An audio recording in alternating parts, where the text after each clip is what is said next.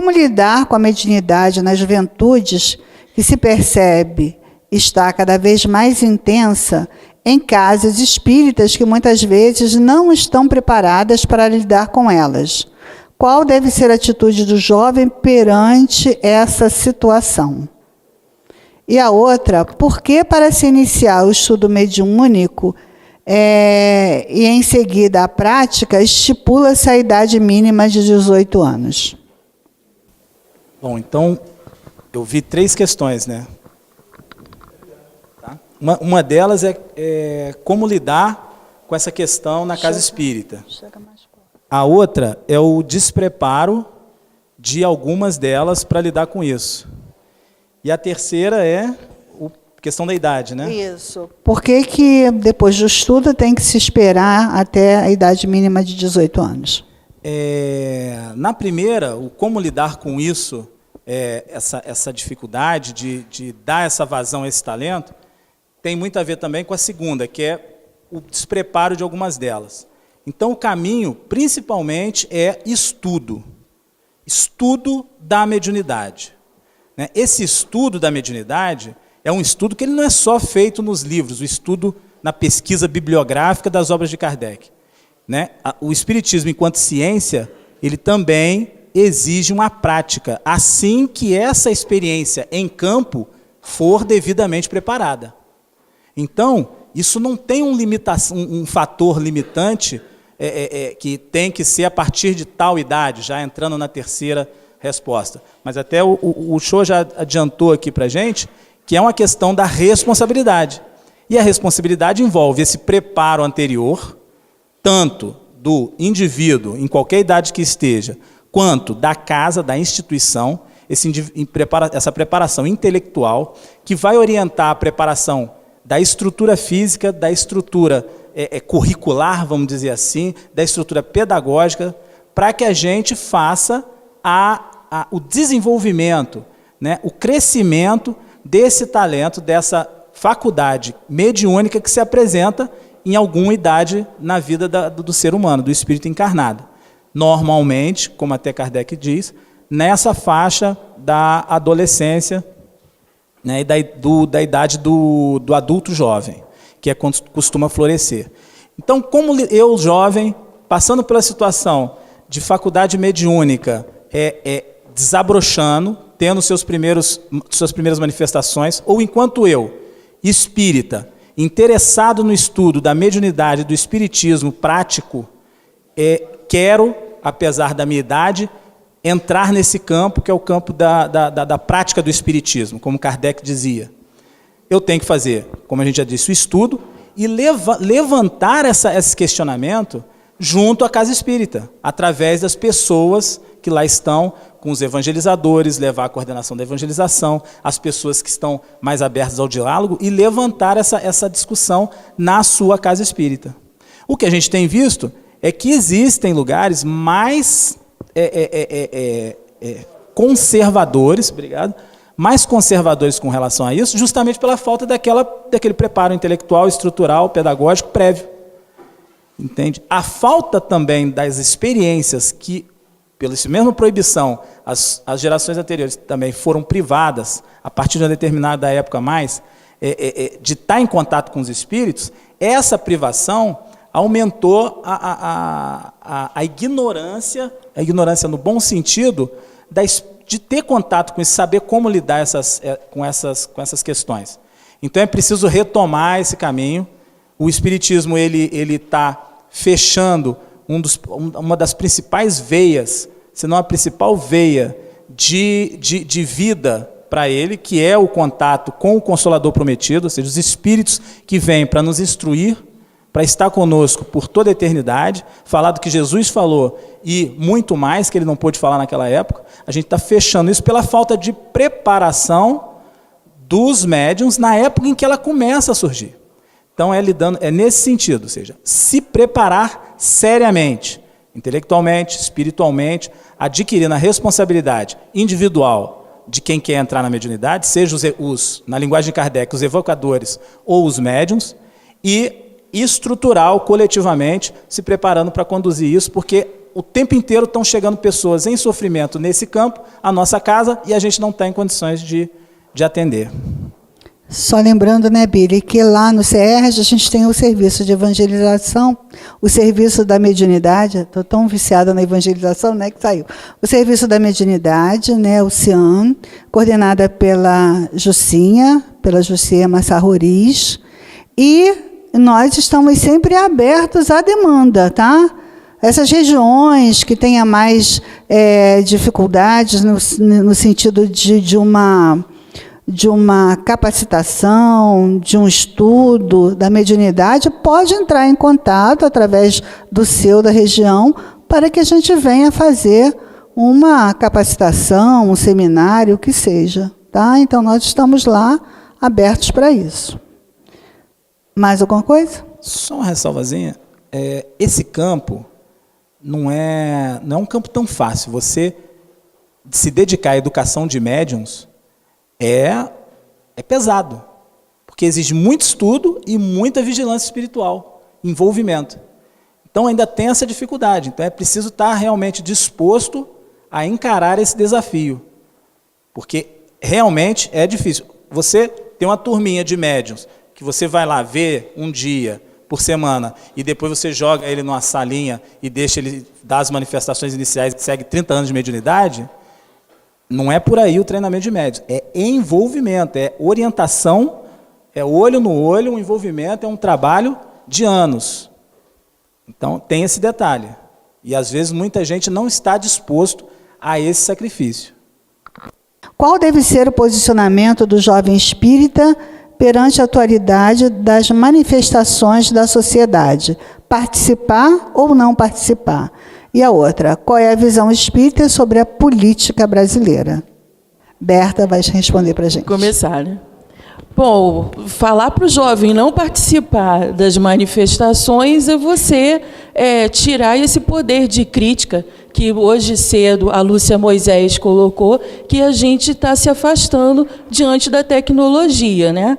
Nós, por sermos espíritos, devemos estar atualizados e contextualizados, já que fazemos parte desse Brasil, coração do mundo, pátria do Evangelho. Agora, a postura que eu adoto quando eu estou me posicionando na sociedade é que, como espírita, vai fazer a diferença. Né? Nós somos a favor da paz, nós pregamos e acreditamos que a reforma do homem começa em nós mesmos, então é a nossa atitude, a nossa ação, onde estivermos, é que modifica a situação política. Lógico que a gente vê um movimento das pessoas começando a mostrar a sua indignação, a sua, às vezes, revolta, mas por falta de compreensão e uma metodologia para conseguir se expressar. Mas a gente não pode se alienar disso, mas contribuir com base no Evangelho nessa transformação. E seja até na nossa casa espírita, pedindo aos dirigentes, aos nossos coordenadores, que debatam esses temas conosco, se tivermos alguma dúvida, e, a partir daí, a gente, na nossa escola, na faculdade, onde estivermos, levar opiniões diferentes da que a mídia de massa, que a gente vê, coloca e manipula, muitas vezes, a população brasileira. Então, nós, espíritas, temos que atuar, sim. Então, só para complementar, uma outra pergunta. O que nos diz a doutrina espírita sobre o direito de greve dos trabalhadores? É falta de responsabilidade ou uma manifestação justa? Bom, eu não li nada na literatura sobre o direito de greve. Mas se a gente acredita no trabalho, na ação, mas também a gente entende que, politicamente, é a forma como os trabalhadores encontram de se manifestar e se posicionar, o que a gente pode fazer é tomar uma postura pessoal. Né? Eu não vou dizer para vocês, façam greve, não façam greve. Mas, se Jesus estivesse aqui, Jesus estaria em greve? É a pergunta que eu faço quando eu vou tomar alguma atitude frente à minha classe de trabalho, né? Porque você imagina, né? O pessoal está lá envolvido, você faz parte daquele grupo, você tem uma postura política no mundo e você não se coloca. Então, assim, se Jesus estivesse aqui, faria isso? Eu acho que fica para a nossa consciência estar respondendo, né? Alguém mais gostaria de dizer? Exatamente esse aqui é o ponto. Quer dizer, a gente aqui tem uma série de perguntas, né, que é natural que a gente se faça, e a gente, num momento de debate e tudo, mas o cristão, o espírita cristão, ele tem um norte verdadeiro, né? Até quando eu fui para o colégio militar, eu recebi uma dedicatória de um amigo que foi um pai espiritual para mim, né? Eu fui para a Marinha, e na época, com 17 anos, eu recebi a dedicatória dizendo que esse livro era a Conduta Espírita. Represente para você o norte verdadeiro e tal. E o norte verdadeiro, né? Como se existisse o norte falso. Aí eu, na Marinha, eu aprendi que a bússola, diferente do que eu imaginava, não aponta para o norte. Ela aponta para o norte magnético. E de acordo com a posição em que você está no planeta, a bússola vai apontar para um lugar diferente, porque ela aponta para uma referência magnética, né? Então aí você precisa identificar a posição onde você está no planeta, traçar na carta náutica, naquela posição, um traçado de latitude e longitude, formar o que a gente chama de compensação angular e daí achar o norte verdadeiro. No nosso caso aqui, para a metáfora, o nosso norte verdadeiro é Jesus. Então a questão nevrálgica é exatamente essa, né? O Livro dos Espíritos tem 1019 perguntas e respostas, e existe uma que é a menor resposta do Livro dos Espíritos. Qual o ser mais perfeito que Deus tem oferecido ao mundo para lhe servir de guia e de modelo? E a resposta, a menor resposta do livro, é Jesus. Então a questão é exatamente essa. Seja qual for o nosso instante de dúvida, eu posso ter muita dificuldade em lograr êxito, mas o norte verdadeiro o cristão tem. Na sua intimidade, questão 621 deu o Livro dos Espíritos, aonde está escrita a lei de Deus, na consciência. Então, quando a gente faz uma bobagem, a gente sabe que fez. Com traçados maiores ou menores, de acordo com o nosso potencial de exame, mas a gente sabe quando fez alguma coisa de errado. Pode não dar o braço a torcer, pode colocar as conjunções adversativas que eu chamo, né? Mas, porém, contudo, todavia, entretanto. Aí tem uma chique que Emmanuel usa muito, que é debalde. Só a espírita fala debalde. Bota no vestibular que você vai receber nota boa, né? Então, quer dizer, eu fiz isso, mas ele também, né? Quer dizer, olha a conjunção adversativa aí. Eu fiquei irritado, mas foi a minha mãe. Quer dizer, como se meu estado de humor fosse um controle remoto que eu entrego para as outras pessoas. Então a gente tem muito isso ainda, é a nossa herança atávica de outras religiões. Por isso que o Espiritismo é uma proposta libertadora, porque ele acaba com tudo isso. Ele coloca para nós a responsabilidade das nossas ações. Então a gente fica ainda tentando dar jeitinho nas coisas, está certo, está errado, né? A terceira, quarta parte do Livro dos Espíritos, que trata sobre a lei do trabalho, ela é bem clara, é só a gente estudar. Se eu tenho dificuldade de lograr êxito em cima daquilo, é uma oportunidade minha. Mas o norte verdadeiro está muito bem estabelecido. Então, se a gente quiser ser sucinto assim, é bem isso. Jesus, no meu lugar, faria o quê? E aí a gente já sabe a resposta. Billy. Sendo bem breve, uma dica, buscando um norte magnético, vamos dizer assim, sentindo as várias lutas que a gente ia enfrentar, sou de Marinha, que a gente ia enfrentar nesse final do século passado e as que tem pela frente, Jesus mandou um missionário dar alguns exemplos para a gente. Se a gente lembrar dos exemplos que Gandhi deu na desobediência civil, ou no apego à verdade, o satyagraha, o apego à verdade junto com a não violência, a ahimsa, esses exemplos, dando uma lida lá na biografia de Gandhi, como é que foi a luta dele para libertar a Índia do Reino Unido, pegando o filme, assistindo essa biografia, muitos insights virão que vão nos orientar a como agir diante dessas dificuldades, dessas injustiças que tem no mundo, de uma maneira cristã. Ou hindu, não sei, né? Obrigado. Bom, porque o movimento espírita é tão pouco estruturado para trabalhar com os com os públicos idosos e pessoas com necessidades especiais de forma mais específica. Quais seriam os caminhos para mudar esse quadro? Berta? Adorei essa pergunta, a questão do envelhecimento, porque até o meu mestrado tem sido em envelhecimento e é uma questão que está no meio público e científico, né? O Brasil já não é mais um país jovem, o que se dizia há uns 10, 15 anos atrás. E a gente precisa começar a olhar mesmo para a terceira idade, que seremos nós. Né? Porque o que a gente discute é que eu vou ficar velho. Nós já estamos, né? A partir do momento que a gente nasce, o envelhecimento começa a acontecer. E a gente vai mudando de fase. Infância, adolescência, maturidade e terceira idade.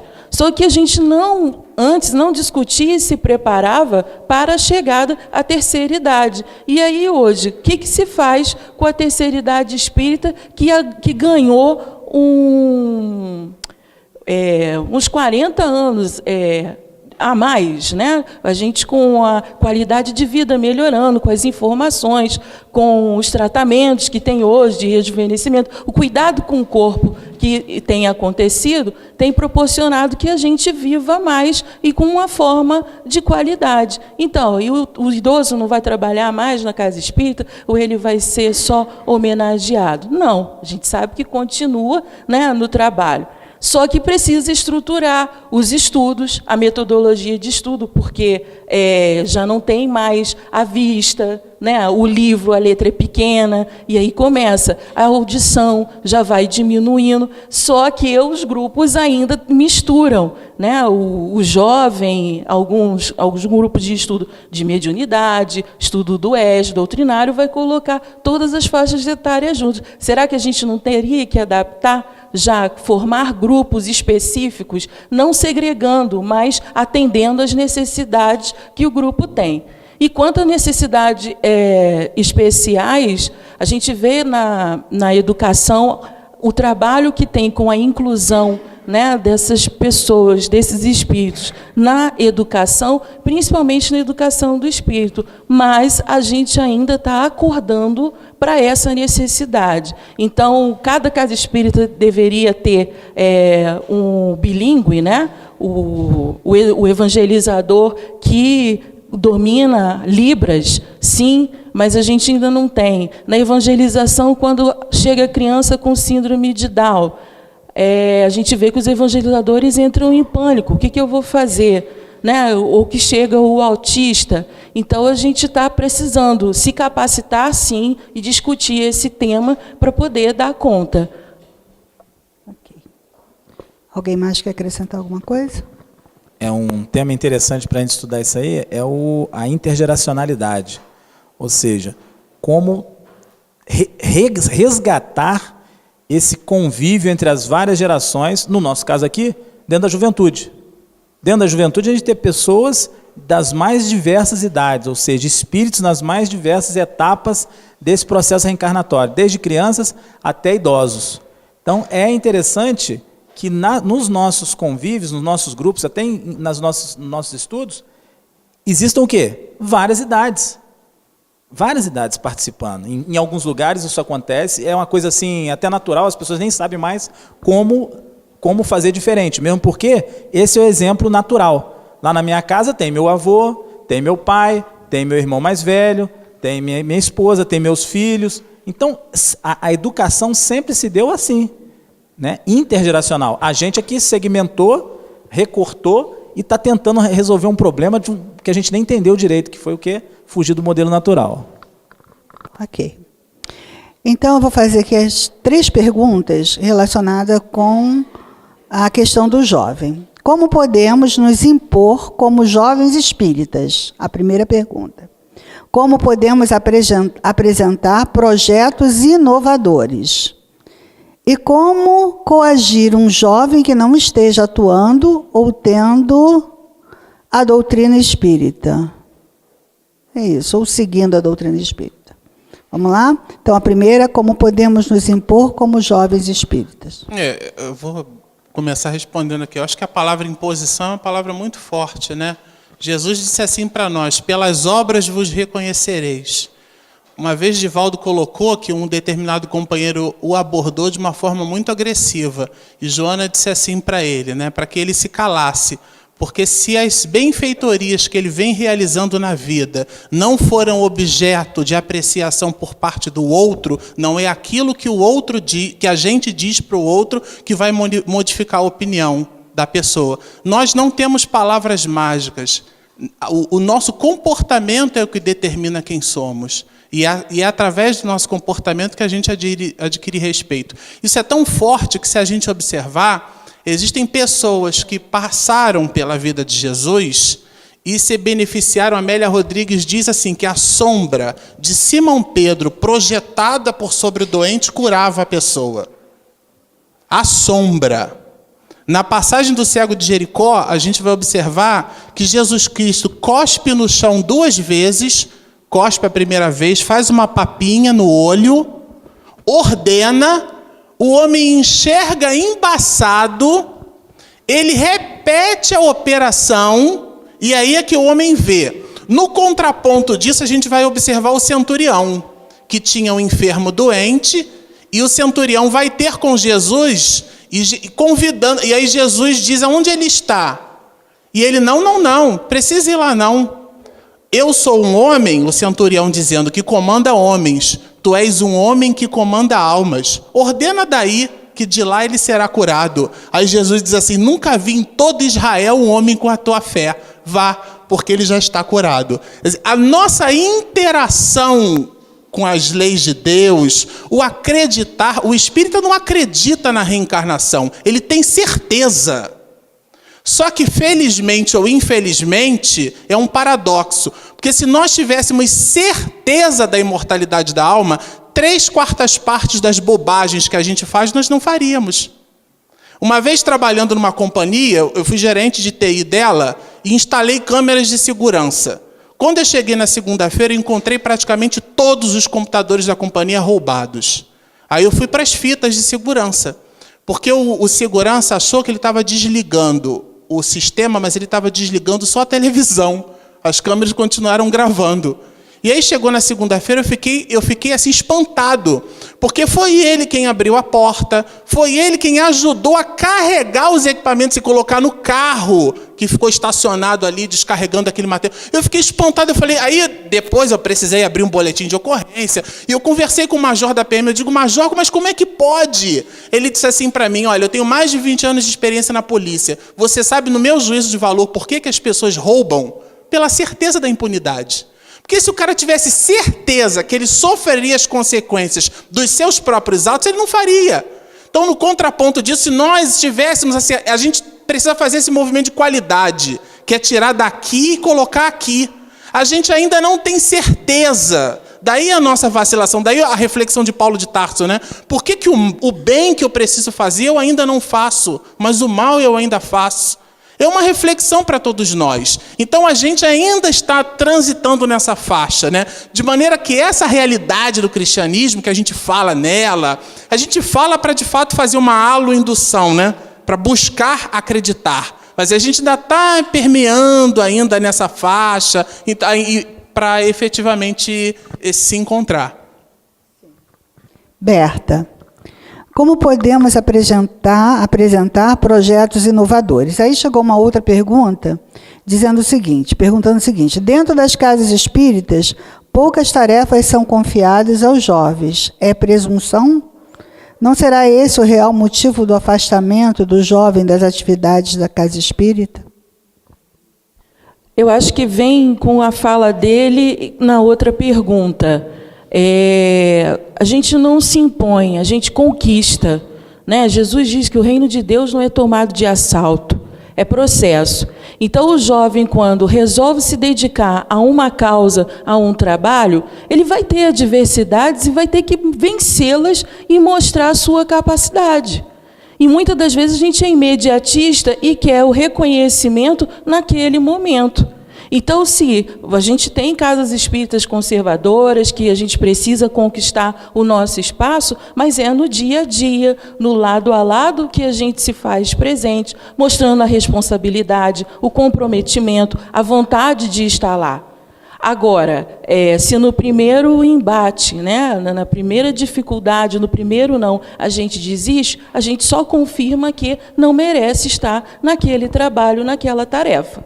Então, é processual. A gente dá o primeiro passo, sobe o primeiro degrau, vai para o segundo e assim vai conquistando o seu espaço. E, com isso, os outros jovens, né, porque no transcorrer do tempo a gente vai envelhecendo. E, né, que ele falou da intergeracionalidade, a galera que vem chegando já vem encontrando a gente, abrindo as frentes de trabalho e modificando essa psicosfera da casa em que a gente trabalha, mas sem desistir. Né? Billy, por que temos dificuldade em protagonizar? Como fazer isso? Bom, remetendo à primeira, né, que é como se impor, né, na casa espírita, foi a pergunta? Como nos impor na casa espírita? Já adotando as ressalvas que foram feitas à palavra impor, você tem que saber se isso está na sua destinação. Ou seja, eu tenho uma tarefa nesse sentido, e essa tarefa ela tem que se realizar. Então, junto de todos aqueles cuidados íntimos com a humildade, você tem que estar consciente do seu compromisso espiritual com a tarefa que você programou junto a espíritos superiores, junto ao seu mentor, e dar vazão a isso. Como chegar a esse compromisso? Como saber qual é o compromisso que eu assumi na erraticidade? Prece, intimidade com o mentor, reflexão, observar a vida que você vem tendo. Então, diante desses fatos, diante daquilo que Deus coloca nas suas mãos, de recursos, de talentos, de dificuldades e de facilidades, você vai começar a construir a certeza no seu compromisso. No caso, dentro da casa espírita. Existem vários outros, mas dentro da casa espírita. E tendo essa certeza desse compromisso espiritual, estando consciente desse compromisso espiritual, a fé e a coragem crescem dentro da gente. Elas crescem muito. E com fé e coragem, a gente consegue vencer os desafios, que muitas vezes não são só de ir e impor, mas muitas vezes de ceder. Talvez a maioria das vezes, de saber ceder.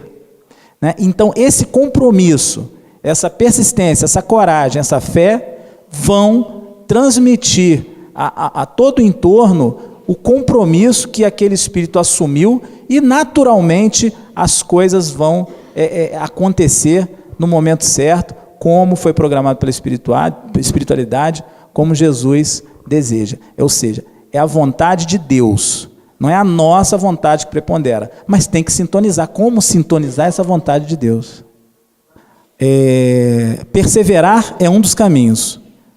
O outro caminho é abrir casas espíritas. Se você acredita na sua missão, abre uma casa espírita. Estuda, junta com as outras pessoas, né? Prepara para a tempestade que vai vir e segue seu caminho. Conversa, evangeliza, trabalha, mostra o seu compromisso, seriedade, reforma íntima. Se a gente se modificar, o ambiente em volta se modifica. E aí segue em frente. Né? Não ficar só na dependência do que já existe. É desbravar e avançar.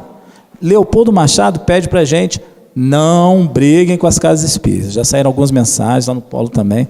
Não briguem com as casas espíritas. Muito pelo contrário, a casa espírita é a base. Mas a gente precisa avançar. Vamos adiante. Se a casa se fechou naqueles assuntos, naquelas dificuldades, concentra, pede a Deus inspiração, percebe o seu compromisso, e aí tem que estar sintonizado, vigilante, espiritualizado, fazendo o seu ritual espírita, né, vamos dizer assim, para manter a consciência espiritual desperta, e segue teu caminho. Dentro da casa espírita, ou em outra casa espírita que já existe, ou funde uma casa espírita. É isso que tem que fazer. Mas acrescentar que a gente tem que ter cuidado, o que a gente está chamando de ação, de trabalho. Porque a dor está em todo lugar, gente.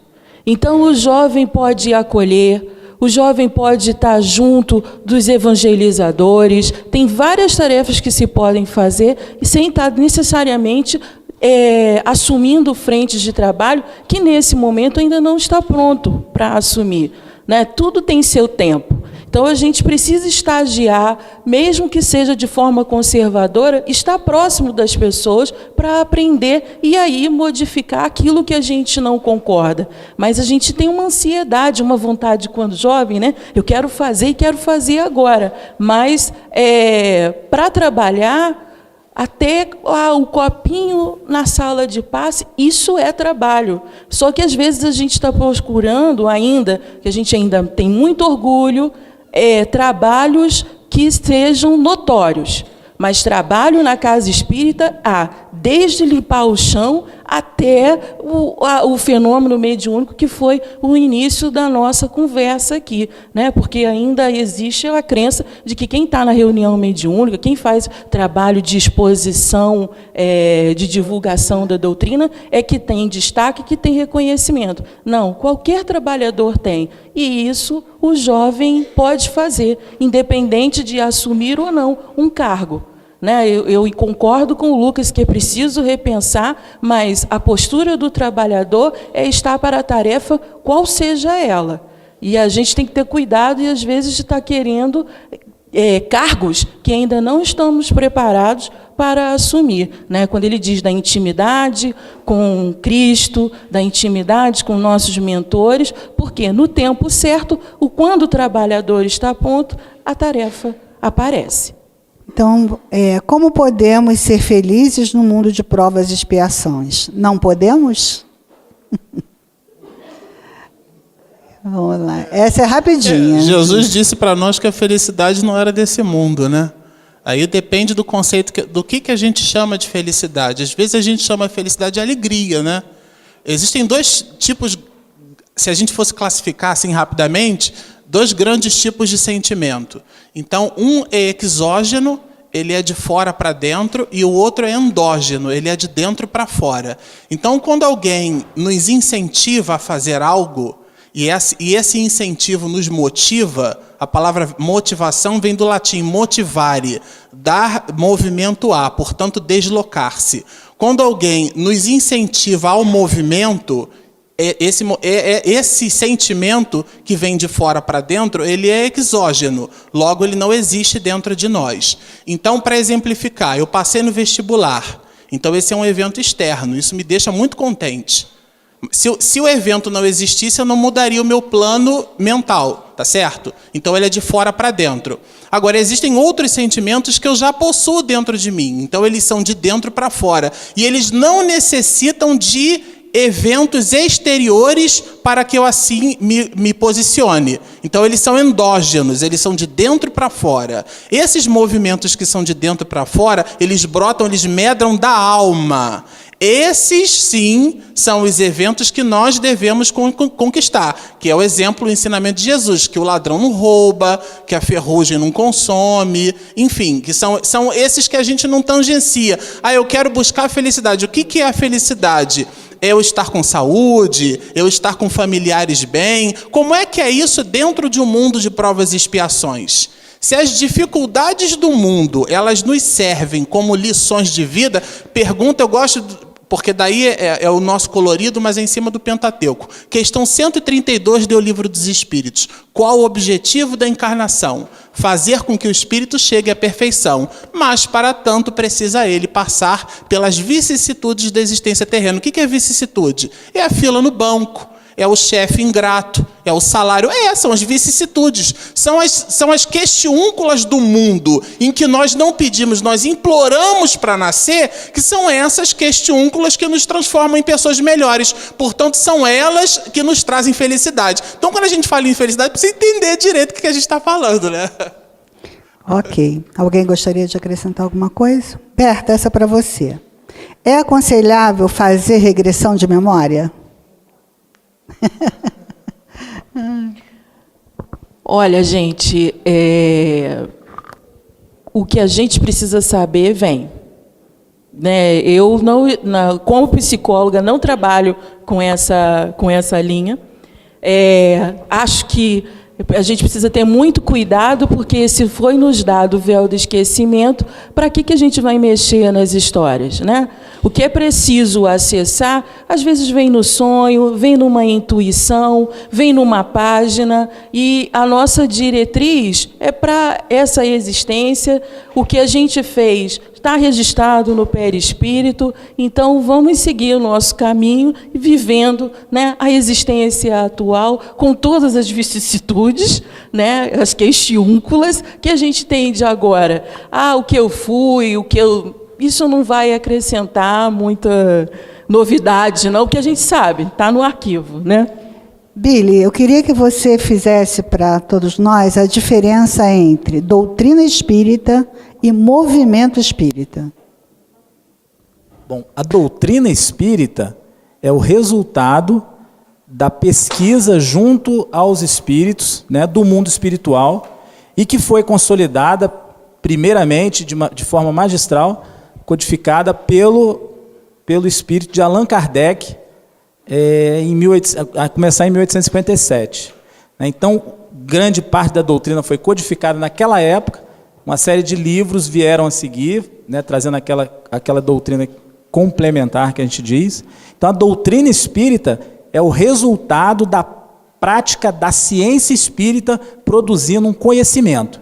Né? Doutrina, normalmente, é o conjunto de opiniões, de conceitos, de técnicas, né, que foram desenvolvidas ao longo de uma série de estudos, né, de pesquisa.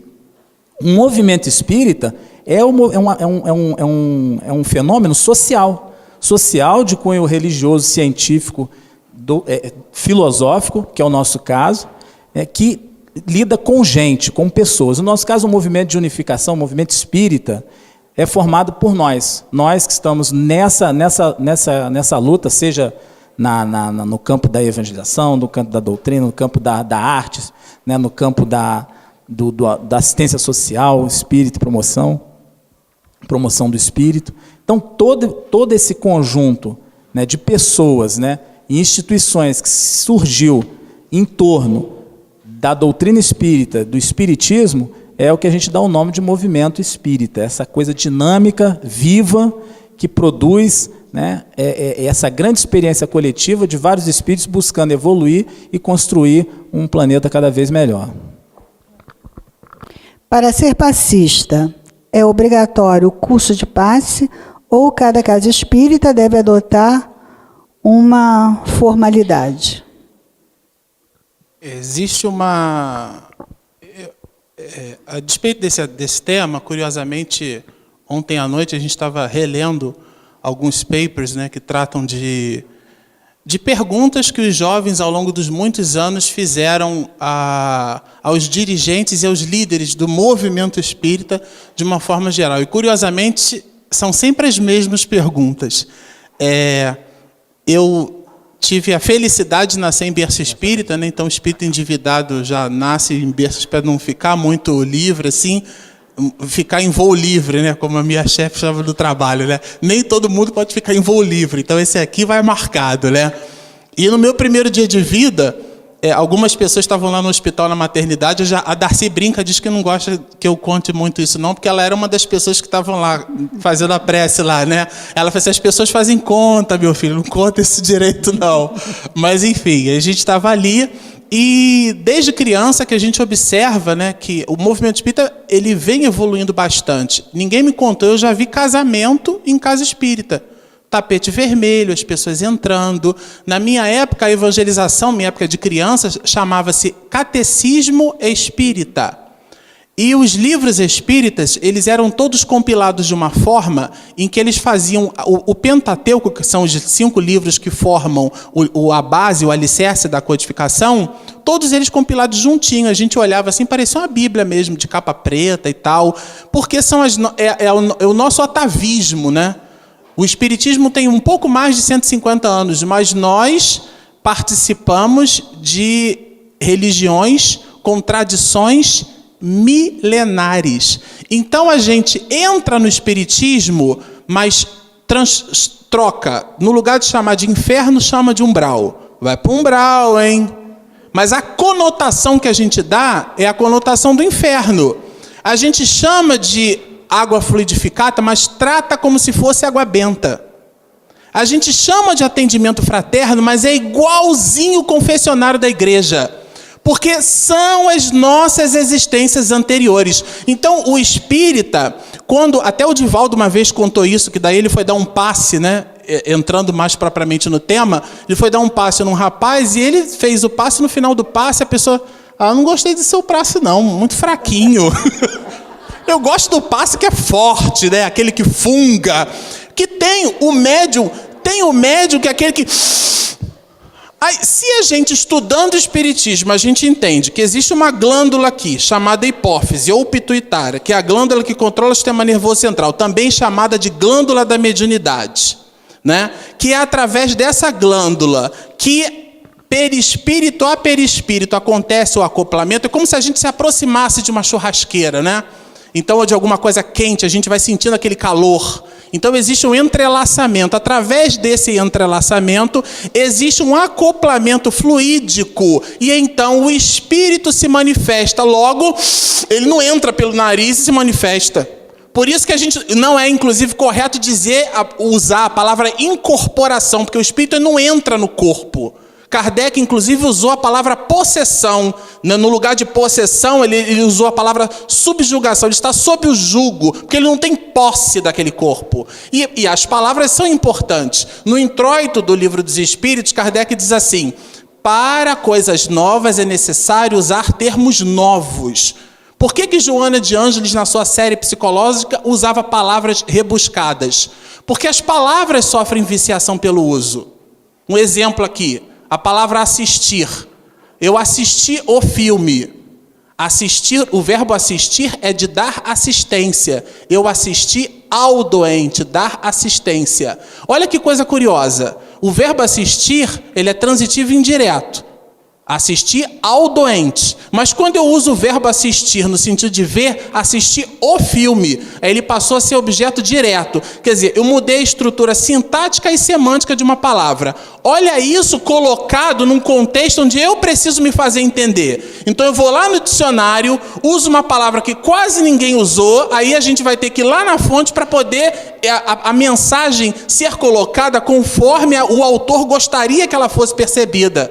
Então a palavra não é difícil, o nosso vocabulário é que modifica o contexto de determinadas questões. E isso também se aplica ao passe. Então, quando eu era adolescente, tinha médium que dava passe estalando.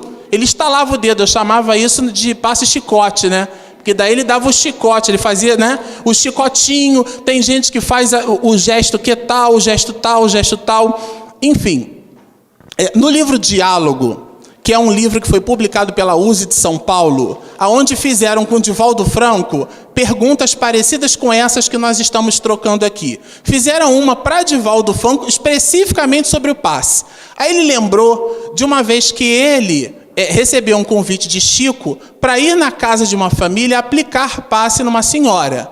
Qual que era a sintomatologia? A mulher sentiu sintomas de câncer.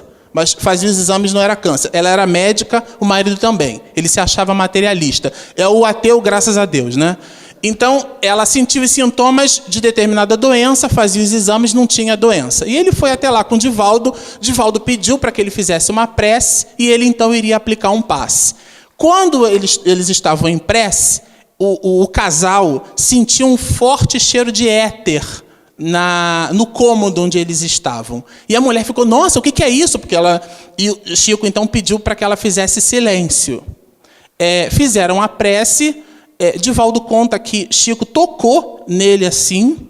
A mulher sentiu num átimo que ela tinha ficado boa. E Chico Xavier não deu um gesto. Não foi mãozinha, chuveirinho, passe chuveirinho. Não foi passe chicote, não foi passe nada. O gestual, ele é uma ferramenta de apoio, mas não é uma relação de atavismo. Então, às vezes, a gente o movimento espírita oferece determinados recursos, que são recursos facilitadores, e a gente se escraviza no recurso. A mãe, quando abraça o filho para amamentar, ela está dando passe. A cozinheira, quando está descascando o legume, ela está impregnando aquilo ali de energia. Mas a gente precisa do rótulo, a gente precisa do estertor. Olha, eu vi sua avó, ele desencarnou. Minha avó, você viu como ela está? A gente ainda se impressiona com coisas que nós ainda consideramos sobrenaturais. Mas Camille Flammarion, no livro Deus na Natureza, ele lembra para nós assim, que não existe nada sobrenatural, porque tudo está em a natureza. Nós é que achamos que é sobrenatural, pela nossa vontade de querer que aquilo seja fantástico, nos impressione, porque aquilo de alguma maneira vai modificar a gente. E para encerrar esse tema, eu me lembro que numa casa espírita, uma senhora, quando ela saiu da sala de passe, ela saiu visivelmente, ela parecia que estava desfalecendo assim. Então ela foi carregada por 2 pessoas, e eu ficava responsável, quem falou do negócio do copinho de água, né? Eu ficava responsável por colocar o copinho de água ali. Aí eu disse assim para ela, falei assim, olha, eu vou lhe dar um copo de água em separado, nada, comum ali, todo mundo. Eu vou lhe dar um copinho, que esse copo de água vai modificar você completamente. Ele foi fluidificado de forma especial pela casa. Eu tive que me segurar para não rir. Porque ela estava toda desfalecida assim. Quando eu dei o copo que ela foi bebendo, ela, menino, que isso é muito bom.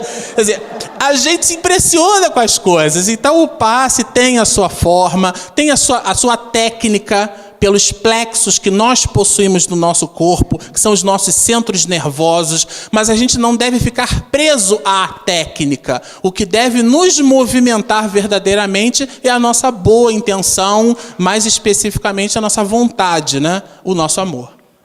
Bom, a gente tem 15 minutos, eu deixei 2 temas aqui para a gente discutir nesses últimos 15 minutos, tá? Então é o seguinte... O jovem, queria que Billy agora respondesse essa, tá, Berta? O jovem está muito ligado à produção artística. Forma, naturalmente, grupos de teatro e música, contudo, há um contínuo embate de ideias entre esses jovens e os diretores, coordenadores, federativas. As divergências, curiosamente, não são tão baseadas em mensagem, textos e letras, mas em instrumentos, ritmos, gêneros musicais e formas de apresentação. Diante da falta de informações doutrinárias e um conjunto heterogêneo de opiniões pessoais de encarnados e desencarnados, como o movimento pode superar as dificuldades desta complexa questão? Aí eu vou fazer a outra que é ligada também a essa, tá? Existe um padrão de estilo musical espírita? Se sim, o que impede a aceitação dos outros estilos? Não, a gente pediu para o Billy porque ele tem know-how no assunto, por isso. Nossa. Bom, a arte, e isso vem de Eurípides Barçanufo, a arte é a mais poderosa ferramenta para lidar com as nossas memórias espirituais, nossas experiências pretéritas, trazendo essa experiência, essas energias, essas memórias, toda aquela vivência, né, à tona e reharmonizando essas energias para que elas se transformem em energias positivas. Então, traduzindo isso aí, nós tivemos diversas experiências no passado, né, tanto em outras vidas como nessa. Essas experiências estão arquivadas no nosso perispírito e isso tem uma influência muito grande na nossa atitude hoje. Tanto nós estamos aqui, a maioria de nós, né, pelo menos eu me incluo, emperrados na nossa evolução por causa desses fatos que deixaram marcas no nosso perispírito, com energias que travam a nossa evolução. Trazer isso à tona, e até foi citada aqui a questão da regressão a vidas passadas, existe uma outra forma, que é justamente através da arte, trazendo esses sentimentos de volta. O teatro é uma importante ferramenta, a música também, né? Você cantar, você acessar, através dessa harmonia forte, essas memórias é muito eficaz. Agora, eu quero saber o seguinte, aonde está a metodologia, a técnica desenvolvida para utilizar a arte para fazer todo esse trabalho terapêutico do espírito, fundamental para que a gente solte essas amarras que nos prendem nesse nível de evolução, nessa velocidade tão baixa de evolução em que nos encontramos hoje. Essa técnica ainda não foi plenamente desenvolvida. Então, a gente comete muitos erros no exercício da arte. De uma maneira geral, a gente tem que buscar a arte que eleva. E aí saber o que é a arte que eleva e qual é a arte que nos prende mais ainda a essas energias desarmonizadas do passado, ainda é difícil para a maioria de nós. Então, exercer esse discernimento, e isso é através de muito estudo, né, tanto da natureza do espírito, de como nós, enquanto espíritos progredimos. Isso a psicologia vai ajudar muito, a psicologia espiritualizada vai ajudar muito a gente. A experiência da arte que eleva, agora a gente está tendo uma série de cursos, né, novos que têm surgido, principalmente na área de arte-terapia. Essas experiências no campo da pedagogia, junto com a psicologia e com a experiência prática da arte, buscando libertar as pessoas das suas amarras psicológicas, espirituais, que vai produzir uma arte que tem um futuro brilhante no mundo de regeneração, como já vem sendo anunciado por diversos espíritos de grande elevação. Então, o desafio do artista espírita, pedagogicamente falando, espiritualmente falando, é muito grande. Além disso, nós artistas, temos, na vivência dessa mesma arte, um passado que na maioria das vezes, na maioria dos nossos casos, nos causou muita dificuldade, né? Nos fez errar muito, particularmente na vaidade, né? na fixação a determinadas experiências, e trazemos isso conosco. E é uma coisa que, como energia do passado, essa memória, ela quer vir à tona de novo.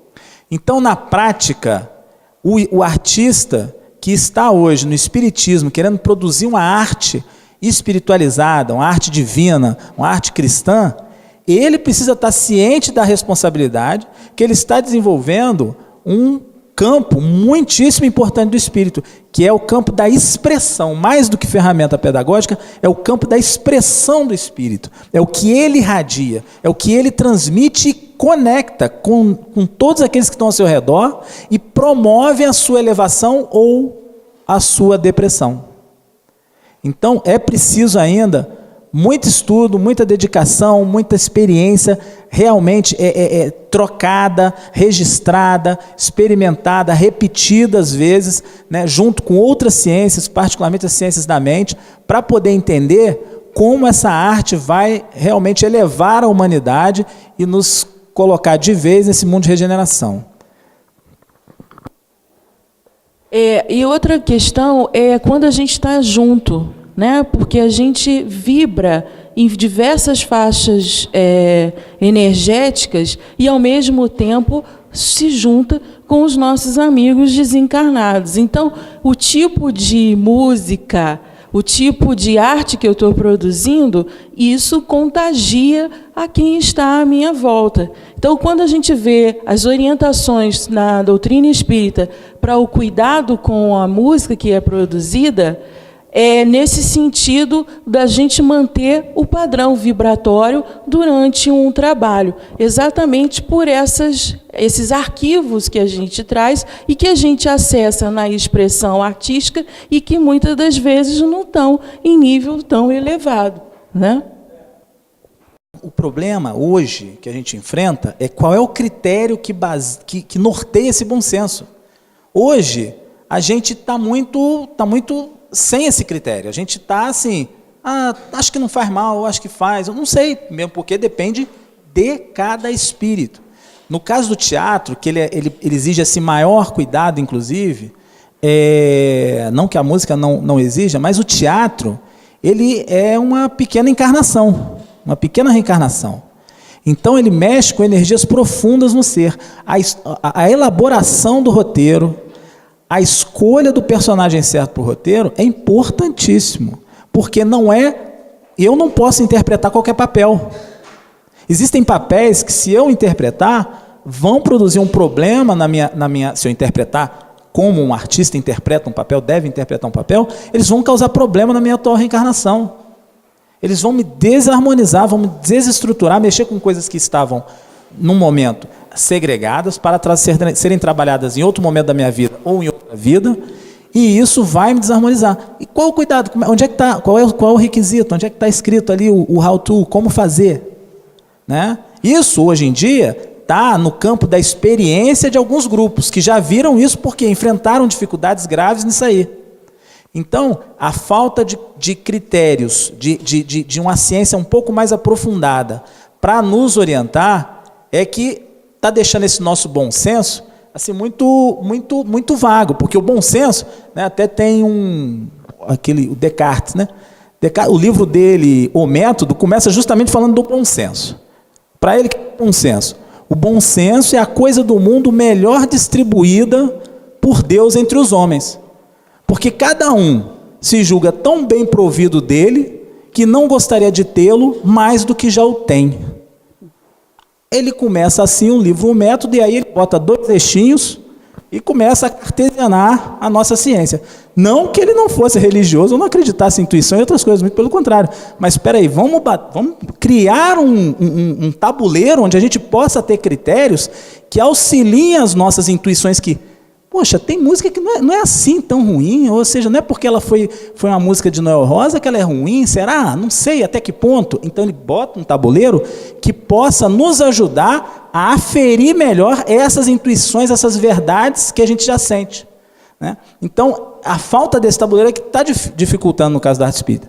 Então, é um assunto muito vasto, bastante, e que exige ainda muita experiência da gente, e é preciso ter cuidado, cada artista buscar a sua inspiração junto a espíritos elevados e se dedicar. Aí, né, as coisas tenderão a seguir naturalmente pelo caminho correto. Obras póstumas, Kardec coloca, tem um capítulo, Música Espírita e Música Celeste. O papel da música espírita é elevar, é aproximar a Deus. Lógico que a gente usa a linguagem para o samba. Se eu vou para uma comunidade onde a linguagem musical deles é o samba e eu vou levar o evangelho e acesso o coração daquelas pessoas cantando samba, por que não? Se eu estou na casa espírita e o meu trabalho envolve um outro tipo de envolvimento de psicosfera, e talvez não caiba utilizar essa linguagem musical naquele momento. Eu vou utilizar outra. Mas o destino, o objetivo é que tem que ficar claro. Qual é o meu objetivo com esse trabalho? E aí a gente segue, né, o bom senso. Porque há uns 3 anos, mais ou menos, que nós participamos do Conselho Federativo Nacional, e esse tema está sendo estudado. O Espiritismo na Arte, né? E saiu uma apostila já com estudo. Quem começou isso, quem ficou com essa responsabilidade foi a Federação Espírita do Amazonas. E agora, nesse conselho agora de novembro, vai ser no início de novembro, nós vamos voltar a esse tema e o Brasil vai fechar o documento. Esse documento fechado, então, vai para o nosso site e vocês todos vão ter acesso. Tá bem, o que eu tive acesso está muito interessante, está muito neutro, porque tem que ser muito neutro, não muito amarrado, né? Não pode ser muito fechado, mas está neutro, está leve, e pode ser adaptado a vários pensamentos e possibilidades e potencialidades da casa espírita. Então, não fiquem ansiosos, mas daqui a pouco vai ter solução. A gente vai ter um documento para começar a discutir, a pensar, uma coisa escrita, né? Foi falado aqui. Porque é um assunto novo, né? É um assunto velho, mas o trato desse assunto é de uma maneira nova. Ok. Então, para fechar, tem 2 perguntas aqui sobre evangelização. Aí eu queria que as pessoas que fizessem depois conversassem comigo, tá? Sobre evangelização de criança analfabeta e a questão da mediunidade na criança. Aí depois quem fez, converse comigo. E a última, qual a visão espírita sobre a homossexualidade? A gente teve a bênção de participar, né? A Comunicação Social Espírita, o CERJ, esteve no Rio Grande do Sul na divulgação do seu 7º Congresso Espírita. E o Alberto Almeida, que é um médico, terapeuta, fez um trabalho muito consistente a esse respeito. E do que a gente pôde beber, né? Porque a gente ficava ali transmitindo, né? Foram 15 mil espectadores espalhados por vários países assistindo o trabalho, 4.500 pessoas e 15 mil internautas ao longo dos 3 dias.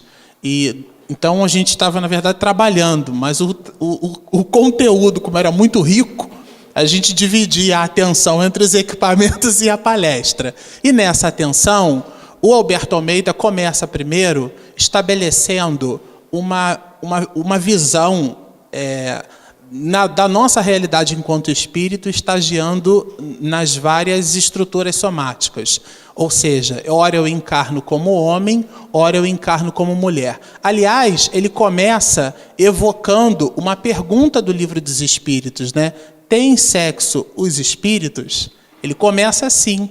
Porque nós, espíritas, precisamos realmente estudar espiritismo. O que a gente observa é que, às vezes, a pessoa pega lá um pensamento de Alberto Cury, Augusto Cury, muito bom, mas Kardec dizia a mesma coisa, e com uma profundidade muito mais compliance com a nossa necessidade enquanto espírita.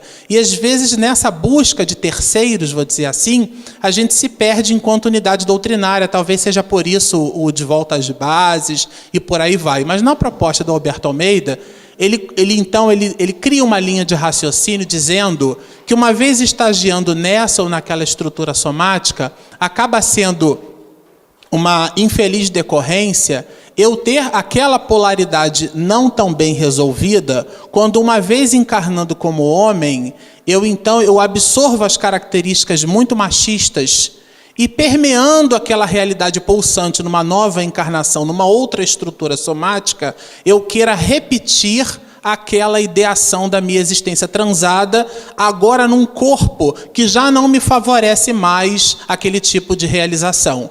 Então, por motivos que tais, Alberto Almeida, no seu estudo, ele colocou para nós, na oportunidade, que o que ele entende, né, a proposta reflexiva para todos nós, é a busca do espírito ao ajustamento. Agora, em momento nenhum, percebemos, e numa outra oportunidade a gente também conseguiu, lá em Goiânia, observar o Divaldo Franco falando sobre a mesma temática. Nós também observamos Haroldo Dutra conversando sobre o mesmo tema. Em São Gonçalo, alguns anos atrás, Raul Teixeira falando sobre o mesmo assunto. Dos oradores espíritas que a gente tem observado, todos eles são unânimes em dizer que todos nós merecemos respeitos uns dos outros. Meus discípulos serão reconhecidos por muito se amarem. Então, isso precisa, esse preconceito, essa nossa visão de julgar, né, precipitadamente, né, conceituar previamente, já estabelecer rótulos nas pessoas. Então, se esse ou aquele cidadão tem esse ou aquele conflito, ou essa ou aquela oportunidade, e os meus conflitos? E as minhas oportunidades? Elas podem não se manifestar de maneira homofóbica, mas podem se manifestar, sim, como preconceito, como orgulho, como a vaidade, como a prepotência. Então, é um exame. O Espiritismo nos convida ao exame de nós mesmos, cada vez mais, né? Então, a gente, evidentemente, todos nós deveremos ser sempre contra o fumo, porque, nessa analogia, o fumo faz mal à saúde, mas absolutamente a favor do fumante, porque o fumante, ele é um ser humano e ele merece o nosso respeito e a nossa consideração. Berta, gostaria de acrescentar alguma coisa? Eu faço minhas as suas palavras. As palavras Alberto, né? Do Alberto. Também vi Raul falando disso, colocando essa questão mesmo do espírito. mas reforçando o nosso cuidado com o preconceito, né? E eu, na semana passada, no seminário de evangelizadores, eu estava chamando a atenção dos evangelizadores para como você vai receber na sua casa um casal homoafetivo e que chega com o seu filho, porque é uma realidade que vai chegar para a gente na doutrina espírita também. E a gente vai ter que saber trabalhar e lidar com essa situação e acolher, né? Como Jesus faria, e com o amor. E em todos nós, Emmanuel já dizia, temos comprometimentos na área sexual. Joana traz isso no livro Adolescência e Vida, desse dique, né, dessa pulsão que a gente traz e que é ainda o que a gente precisa trabalhar nas nossas encarnações, faz parte essa energia que a gente não sabe durante algum tempo, né, canalizar, e é se evangelizando, se autoconhecendo que a gente vai trabalhando ela. Então, acima de tudo, respeito e cuidado com aquele que chega na sua angústia, no sofrimento, porque ser rechaçado, ser julgado, a sociedade já o faz, e isso não cabe a nós espíritas. Bom, a pergunta foi, como já foi bem respondida, qual o posicionamento do espiritismo diante da homossexualidade? Respeito, né? Respeito à postura de cada um, respeito a cada indivíduo. Lembrando aí que a gente tem que se remeter sempre à finalidade da nossa reencarnação.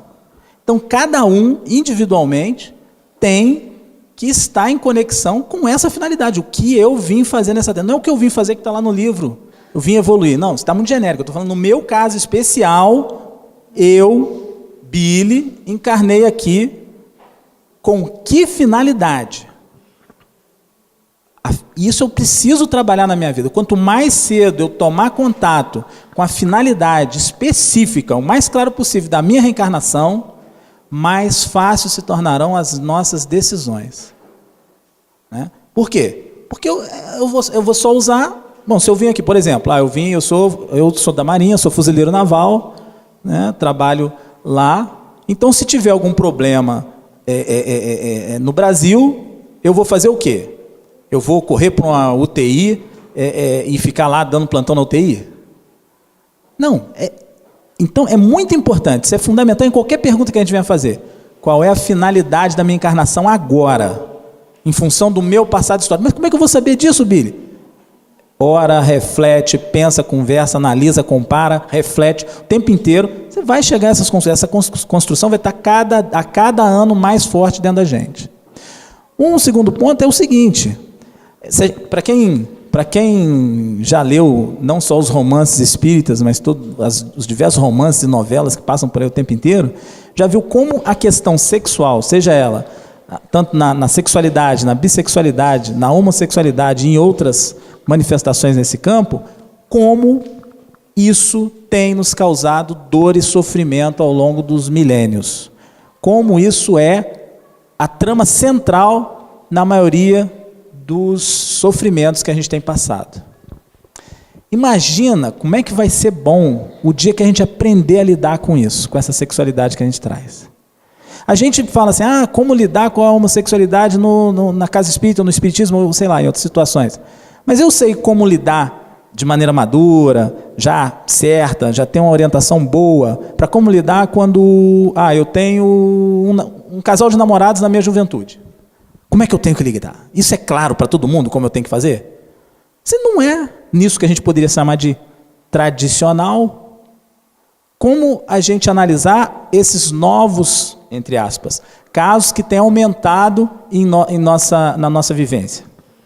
Então, qual é o caminho? Primeiro, respeito. Olhar com respeito. Porque a partir do momento que eu tenho esse olhar respeitoso, eu posso me aproximar e entender o próximo, a vivência que ele está tendo, a experiência, as crises, as dificuldades, as felicidades que ele está encontrando no caminho que ele está tendo. Segundo ponto, que eu recomendo assim, com empenho, se tem dúvida, como todos nós temos, se tem uma curiosidade a mais que quer esclarecer, forma um grupo de estudo sério em torno disso. Vamos nos reunir uma vez por mês, uma vez por semana, não sei. Pegar a doutrina que já existe, começar com Sexo e Vida, né, de Emmanuel. Vida e Sexo de Emmanuel, que já está aí há quantas décadas. Começar por aquele livro, pequeno e poderoso. Existem vários outros. Né? Começar por ali um grupo de estudos. Uma direção boa é tentar identificar os termos que são usados. Então, tem diversos termos caracterizando as várias posturas sexuais nos dias de hoje. Estudar cada um, discutindo, anotando, tentando delimitar o que é cada sentimento, o que é cada manifestação, sempre com a postura de respeito e grupo de estudo sério. É prece, preparo, estuda, né, com indulgência, sem gracinhas. É um estudo sério, agradável, mas sério. Isso vai dar um enriquecimento no ponto de vista dessas experiências sexuais muito grande. Em paralelo, nós temos as nossas próprias experiências sexuais que devem ser levadas muito a sério, né? Muito a sério, tornando-as sagradas, e analisando, sentindo, entendendo o que é isso, se relacionando com as pessoas, né? Alguns no campo sensual, sexual, outros no campo da fraternidade, mas procurando entender essas experiências e amadurecer nesse ponto, para que a gente se fortaleça e tenha uma postura sagrada, cristã diante disso, e fuja desses vários sofrimentos que a gente já enfrentou em quantas vidas nesse campo. Então, é um estudo muito interessante, uma experiência muito enriquecedora, cair dentro desse campo, estudando a fundo, porque ele é muito importante nas nossas vidas, porque faz parte do campo genésico, da cocriação. E desemperrando isso, a gente vai subir que nem foguete. Conflito. Quem não tem conflito? Todos nós, aquele ser encarnado apresenta um conflito naquela área, que às vezes se forma visível. No caso do rapaz, que mostra um trejeito. No caso da menina, que mostra um trejeito. Você olha um casal, duas meninas ou dois rapazes, nitidamente, às vezes, a gente observa que um adota uma postura mais masculinizada e a outra mais feminizada. E a gente vai perceber, às vezes, determinados adereços e colares e piercing. Está uma onda de usar piercing, está uma onda de usar tatuagem. Fizemos algum tempo atrás, lá em São Gonçalo, um jovem nos perguntou: o que você acha do jovem que ele põe tatuagem? Quer dizer, é impressionante como a gente sente essa necessidade de ter resposta para as coisas. Se fica muito claro que o corpo me serve como instrumento de evolução e não como um gibi para eu ficar me desenhando, não precisa responder. Quando a gente tem o entendimento, conhecereis a verdade vos libertará. O que eu entendo, ponto nevrálgico aí, a nossa insegurança é porque a gente lida com o espiritismo, mas a gente não conhece a doutrina espírita de verdade. A gente acha que conhece, como aquele major que me falou da certeza da impunidade, que a gente acha que acredita em Deus, a gente acha que acredita na existência dos espíritos, a gente acha que estuda espiritismo. Isso é tão forte que no centenário do espiritismo, Kardec deu para nós uma mensagem que muitos de nós, que nos dissemos espiritistas, sequer conhecemos o Pentateuco kardeciano. Divaldo vai mais além, tem gente que não lê o Evangelho. Então é muito natural que o coordenador de juventude, em recebendo uma pessoa com essa característica, que podia ser várias, as características podiam ser várias, tá certo? É aquele conflito, é aquele objeto. Mas ele, como não estuda, ele não sabe lidar com o assunto. Então, até hoje, eu comentei com vocês que eu nasci em berço espírita. Há 40 anos que eu vejo, quando a gente vai fazer trabalho de mediunidade, o médium que dá passe, o médium que fuma pode dar passe. Meu Deus do céu, ele não estuda.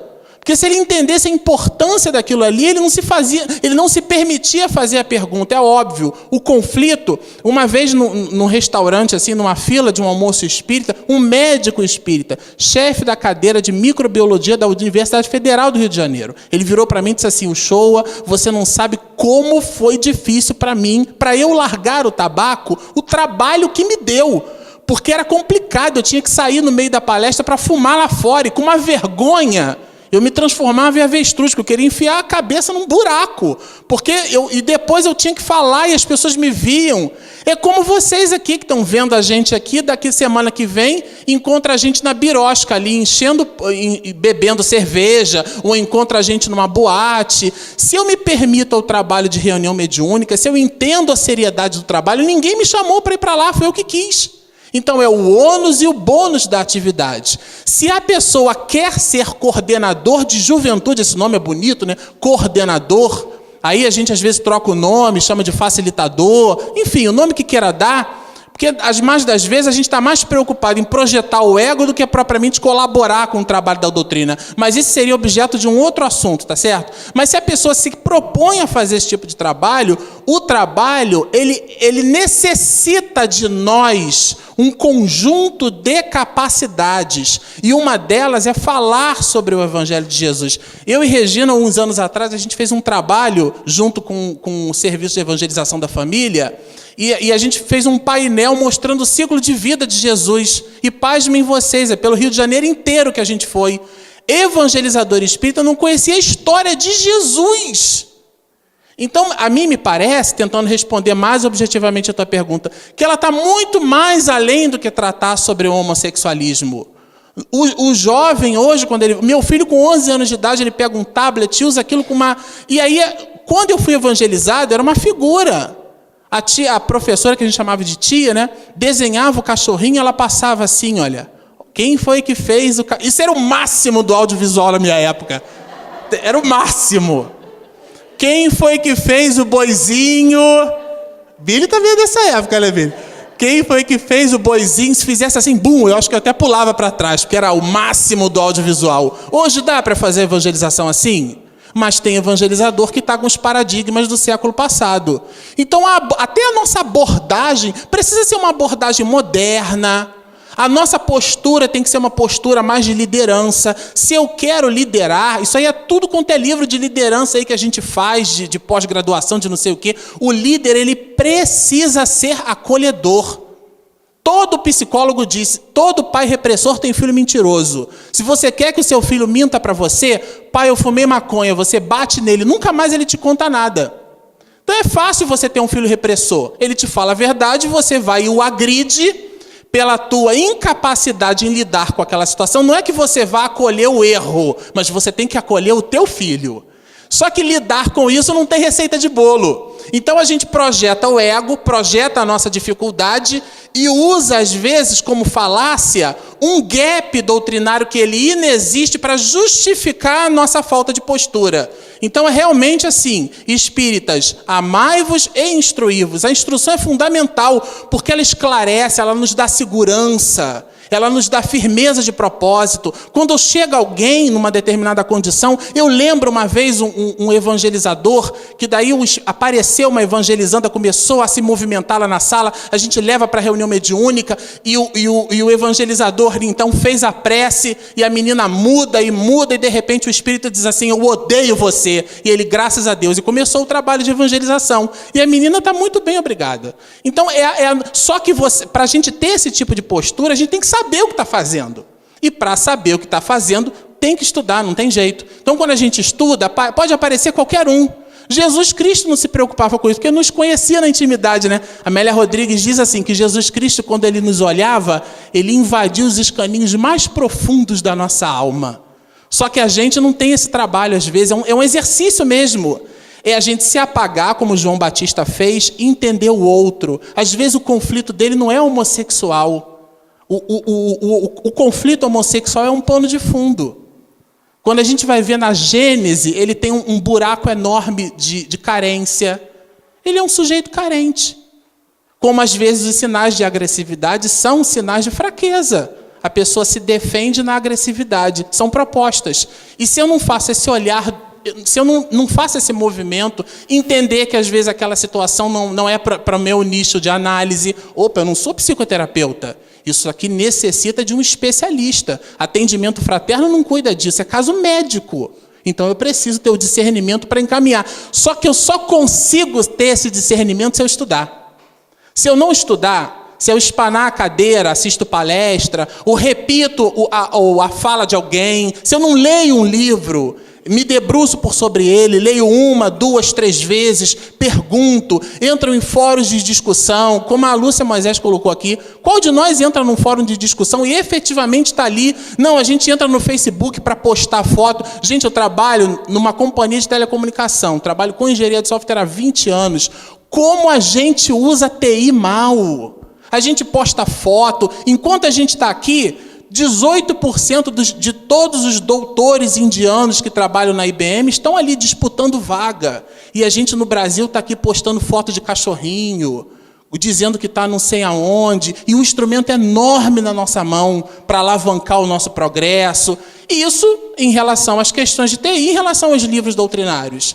Então, é o estudo mesmo. O estudo, a mim, me parece que ele cria um discernimento, que ele realmente tira o véu. A gente enxerga tudo mais claro e facilita, então, a nossa ação diante de uma dificuldade. Olha só, a gente vai estourar o horário, hein? Estourando o tempo aqui, mas só um minutinho. Acabou.